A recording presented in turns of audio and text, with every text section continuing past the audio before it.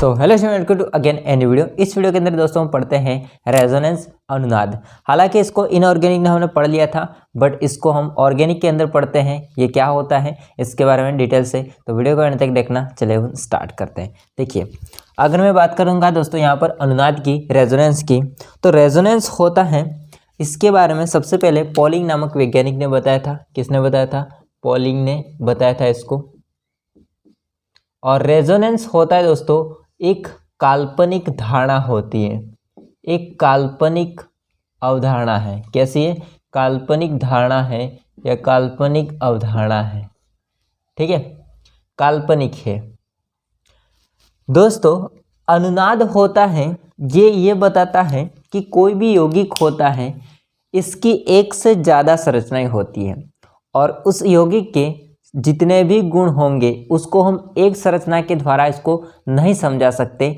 इसको दोस्तों विभिन्न संरचनाएं होती है, उसके द्वारा उस यौगिक के गुणों को समझाया जा सकता है। अब क्या होता है, जो विभिन्न संरचनाएं होती हैं उनको हम दर्शाते हैं और उन संरचनाओं को कहते हैं अनुनादी संरचनाएं। और दोस्तों जो बाद में हम दोस्तों इसको मिश्रित या वास्तविक रूप से जो बनाते हैं उसको बोलते हैं अनुनाद संकर संरचना। क्या बोलते हैं? अनुनाद संकर संरचना। अनुनाद होता है, इसमें कुछ नहीं होता है। इसमें दोस्तों क्या होता है? केवल इलेक्ट्रॉनों का विस्थानीकरण होता है। क्या होता है? इलेक्ट्रॉनों का विस्थानीकरण होता है। इसको समझते हैं, जैसे बेंजीन के अंदर हम समझते हैं अनुनाद क्या होता है वो। जैसे मैं आपके सामने यहाँ पर बेंजीन को बनाता हूँ एग्जाम्पल के थ्रू। देखिए, मैं यहाँ पर बेंजीन को लेता हूँ। बेंजीन को आपको याद होना चाहिए, सूत्र क्या होता है? आणविक सूत्र C6H6। ठीक है, नॉर्मल सी बात है। यहाँ पर मैंने बेंजीन की संरचना को ऐसे बना दिया। Okay, double bond double bond double bond, और इसके बाद में मैंने फिर इसको बना दिया ऐसे, double bond double bond double bond. ठीक है, देखो अब यहाँ पर कार्बन कितने हैं? 1 2 3 4 5 6। हाइड्रोजन भी होंगे इन कोने पर कार्बन के साथ में। कितने होंगे? 6 होंगे। इसका मतलब इसके अंदर ये जो सूत्र है उसमें बराबर है, मतलब कोई परिवर्तन नहीं हुआ है। यहाँ पर काउंट करते हैं, 1 2 3 4 5 और 6। इसमें भी दोस्तों आपको 6 कार्बन और 6 हाइड्रोजन मिलेंगे। अब इसमें परिवर्तन क्या हुआ? परिवर्तन क्या हुआ देखो ध्यान से। पहले डबल बॉन्ड कुछ इस टाइप से थे, अब डबल बॉन्ड होंगे वो कुछ इस टाइप से हो गए। दोनों ही बेंजीन की संरचनाएं होती हैं, दोनों ही बेंजीन की संरचनाएं होती हैं। अब बेंजीन के गुण होते हैं वो इन दोनों संरचनाओं के द्वारा दोस्तों हम समझा सकते हैं। इन संरचनाओं को कहा जाता है अनुनादी संरचनाएं। इन संरचनाएं को कहा जाता है अनुनादी संरचनाएं। अनुनादी संरचनाएं। अब मैं इनको दोनों को कंबाइन करके लिखूंगा, कुछ इस टाइप से बनाऊंगा, लिखूंगा। ओके, ऐसा बना दिया। देखो, ये डबल बॉन्ड पहले यहाँ पे था, बाद में यहाँ पे आ गया। ये डबल बॉन्ड यहाँ पे था, बाद में यहाँ पे चला गया। फिर ये डबल बॉन्ड होता है, पहले यहाँ पे था, अभी यहाँ पर चला गया। यहाँ पर डबल बॉन्ड का विस्थानीकरण हो रहा है, इलेक्ट्रॉनों का विस्थानीकरण हो रहा है। अब इस चीज़ को मैं कुछ इस टाइप से दर्शा दूंगा, इसको मैं ऐसे दर्शा दूंगा। इसको बोलेंगे अनुनादी संकर संरचना। अनुनादी संकर संरचना। ठीक है, आई बात समझ में? अब दोस्तों यही होता है अनुनाद। यहाँ पर इलेक्ट्रॉनों का विस्थानीकरण होता है। अब इससे होता क्या है? इससे दोस्तों जो आपका यौगिक होता है इसमें स्थायित्व प्राप्त होता है। उसके अंदर क्या होता है? स्थायित्व प्राप्त होता है। एक एग्जाम्पल और समझते हैं। ये तो बेंजीन का हो गया, एक एग्जाम्पल और समझते हैं। यहाँ पर मैं ही समझा देता हूँ इधर। ठीक है, नाइट्रोमेथेन का, नाइट्रोमेथेन,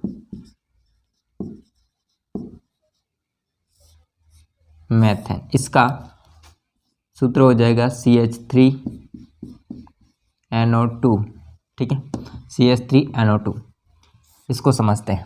देखिए CH3 को ऐसे कैसे लिख देना है, नाइट्रोजन को ऐसे कैसे लिख देना है। अब एक आपका ऑक्सीजन डबल बॉन्ड के साथ जुड़ेगा, एक ऑक्सीजन सिंगल बॉन्ड के साथ जुड़ेगा, ठीक बात है। इस नाइट्रोजन के ऊपर होता है प्लस, क्योंकि इलेक्ट्रॉन की कमी है। इस ऑक्सीजन के ऊपर हो जाएंगे 4 इलेक्ट्रॉन, यानी कि 2 इलेक्ट्रॉन युग्म। इस ऑक्सीजन के ऊपर हो जाएंगे 6 इलेक्ट्रॉन युग्म, यानी कि इसके ऊपर ज़्यादा है, तो इसके ऊपर आ जाएगा माइनस। इसके ऊपर आ जाएगा क्या, माइनस आ जाएगा। तो नाइट्रोबेंजीन की एक संरचना कुछ इस टाइप से बन जाती है। अब दूसरी संरचना कैसे हो सकती है, देखो ध्यान से। दूसरी संरचना दोस्तों कुछ इस टाइप से हो सकती है। ये वाला सिंगल बॉन्ड होता है वो डबल बॉन्ड हो जाता है। कहने का मतलब ये वाला होगा आपका माइनस या इलेक्ट्रॉन 2, वो यहाँ पे आएंगे, और ये डबल बॉन्ड होगा वो विस्थापित हो जाएगा, यहाँ पे चला जाएगा। यहाँ पर मैंने इस चीज़ को नहीं दर्शाया है, इसको ऐसे भी दर्शा सकते हैं कि ये वाला बंद होता है वो यहाँ पे आया है, ये वाला बंद होता है यहाँ पे आया, ये वाला बंद होता है यहाँ पे आ गया। इसको फिर ऐसे दर्शाएंगे, ये बंद होगा वापस फिर यहाँ पे आएगा, ये बंद होगा वो यहाँ पे जाएगा, ये बंद होता है वो यहाँ पे जाएगा। ऐसे अनुनाद को दर्शाते हैं, ठीक है। अब ये बंद होगा आपका वो सिंगल हो जाएगा ऊपर वाला, और नीचे हो जाएंगे डबल बॉन्ड हो जाएगा। और जहाँ पे डबल बॉन्ड है वहाँ पर आपको पता है 4 इलेक्ट्रॉन बनाने हैं, तो यहाँ पे बना देंगे 4 इलेक्ट्रॉन, और यहाँ पे आपको बनाने 6 इलेक्ट्रॉन, ज़्यादा हो जाएगा 1 इलेक्ट्रॉन, इसलिए इसके ऊपर माइनस आ जाएगा। फिर वापस से अनुनाद करेगा, फिर वापस से अनुनाद करेगा कि ये आपका होगा इलेक्ट्रॉन या माइनस यहाँ पे आएगा, और ये होगा डबल बॉन्ड वापस यहाँ पे जाएगा, और ये वापस पहले वाली स्थिति बन जाती है। इनको क्या कहा जाता है, इनको कहा जाता है अनुनाद। अनुनाद और इनकी संरचनाओं को कहते हैं अनुनादी संरचना। जो हो रहा है इलेक्ट्रॉनों का विस्थानीकरण उसको बोलते हैं अनुनाद, और जो जितनी संरचनाएं बनती है उसको बोलते हैं अनुनादी संरचनाएं। अनुनादी संरचनाएं। और लास्ट में हम इसको कंबाइन करके लिखेंगे तो हो जाएगी अनुनादी संकर संरचना। इसको मैं बताता हूँ कंबाइन करके कैसे बनाएंगे। देखो CH3 and single bond oxygen, single bond oxygen. देखो यहाँ पे डबल बॉन्ड था, हट गया है। अब ये डबल बॉन्ड कभी कभी रहता है और कभी कभी हट जाता है। इसको दर्शाएंगे डैश डैश से, जैसा यहाँ पे दर्शाया है। आई बात समझ में। फिर यहाँ पर सिंगल बॉन्ड था, फिर डबल बॉन्ड हुआ, फिर वापस सिंगल बॉन्ड हो जाएगा, डबल बॉन्ड हट के सिंगल बॉन्ड हो जाएगा। इसका मतलब यहाँ पर भी कभी कभी डबल बॉन्ड होता है, कभी कभी नहीं होता है। ये यहाँ पर कोई नहीं आवेश था, माइनस हुआ, फिर वापस हट जाएगा और वापस कैसा हो जाएगा, माइनस नहीं रहेगा, ठीक है। इसका मतलब कभी कभी क्या होता है, यहाँ पे माइनस आता है और कभी कभी नहीं रहता है। सेम यहाँ पर माइनस है, यहाँ पर हट गया, वापस माइनस आ जाएगा, तो कभी कभी यहाँ पर भी माइनस रहता है और हट जाता है। इसको दर्शाएंगे पार्श्व, कभी कभी आंशिक रूप से। और यहाँ पर प्लस है तो इसको प्लस दर्शा देंगे हालांकि, ठीक है। ये बन जाएगी अनुनादी संकर संरचना, अनुनादी संकर संरचनाएं, ठीक है। अनुनादी संकर संरचनाएं। दोस्तों कुल मिला के यहाँ पे मैंने इलेक्ट्रॉन को नहीं दर्शाया, ध्यान रखना। इलेक्ट्रॉन को हालांकि दर्शा देता हूँ तो हो जाएंगे 1 2 3 4, 1 2 3 4 5 6 5 6, ये आते हैं जाते हैं, ठीक है। ये भी ध्यान रखना है इस चीज़ को। दोस्तों ये होता है अनुनाद। अब मैं इसकी डेफिनेशन को लिखता हूँ। दोस्तों इसकी डेफिनेशन को पढ़ लीजिए, हालांकि बड़ी डेफिनेशन है बट आपको मैंने समझा दिया अनुनाद क्या होता है। यदि किसी यौगिक की एक से अधिक संरचनाएं संभव हैं, यदि किसी यौगिक की एक से अधिक संरचनाएं कैसी है, संभव हैं, ठीक है, तो उनमें से किसी एक संरचना द्वारा, उनमें से किसी एक संरचना को पकड़ लो आप, उस यौगिक के सभी गुणों को नहीं समझा सकते। अब बेंजीन के गुण होते हैं उनको हम एक संरचना के द्वारा इसको नहीं समझा सकते, ठीक है, एक साइड से हम इसको नहीं समझा सकते। तो उन संरचनाओं को अनुनादी संरचनाएं कहते हैं, मतलब जो सभी संरचनाएं होती है वो। आई बात समझ में? एक से अधिक जितनी भी संरचनाएं होगी उनको कहेंगे अनुनादी संरचनाएं। इसको अनुनादी संरचनाएं के साथ साथ में और भी एक नाम होता है कैनोनिकल संरचनाएं भी कहते हैं। कैनोनिकल संरचनाएं भी कहते हैं किसको? अनुनादी संरचनाएं को। ठीक है, कैनोनिकल संरचनाएं भी कहते हैं। आगे समझो। तथा वास्तविक यौगिक इन सभी संरचनाओं के मिश्रित रूप, इन सभी संरचनाओं का मिश्रित रूप जिसको कहते हैं अनुनाद संकर, जिसको कहते हैं अनुनाद संकर संरचना के समान व्यवहार करता है, तो इस गुण को, इस पूरे गुण को हम क्या कहते हैं दोस्तों? अनुनाद कहते हैं। दोस्तों एक चीज और समझिए, जो बेंजीन होता है, बेंजीन, इसमें जो कार्बन और कार्बन होता है, कार्बन और कार्बन होता है दोस्तों, इनमें कार्बन और कार्बन की जो बंध लंबाई होती है वो समान होती है। बॉन्ड लेंथ होती है वो कैसी होती है? समान होती है।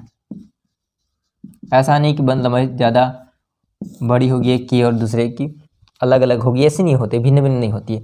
इस कार्बन की, इस कार्बन की, इस कार्बन की, इस कार्बन की जो बॉन्ड लेंथ होती है वो कैसी होती है दोस्तों? समान होती है। साथ में इनमें जो बंध कोटि होती है, बंध क्रम जो होता है उसका मान होता है 1.5। आई बात समझे? और इसके बाद में दोस्तों अनुनाद हमको किसी भी यौगिक के अंदर या आयन के अंदर देखना है तो उसके लिए शर्त आवश्यक होती है। इसके लिए क्या शर्त आवश्यक होती है? कि उस यौगिक के अंदर या आयन के अंदर अल्टरनेटिव मतलब एकांतर में आपको एकल बंध और द्विबंध देखने हैं। एकांतर, आप देखो ध्यान से, एकांतर ही है, सभी एकांतर होने चाहिए।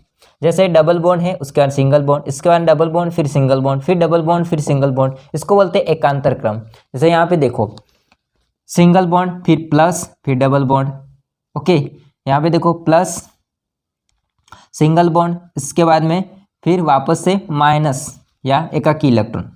यहाँ पर भी देखोगे तो आपको एक जैसे नहीं मिलते हैं, वहाँ पर एकांतर आपको देखने को मिलता है। ठीक है, तब ही अनुनाद हो सकता है। तो ये आवश्यक शर्त इंपॉर्टेंट है। एकांतर होने चाहिए दोस्तों, एकांतर होना चाहिए आपको एकल बंध तथा द्विबंध, एकल बंध तथा द्विबंध होना चाहिए। इस या तो ये होना चाहिए फर्स्ट बात।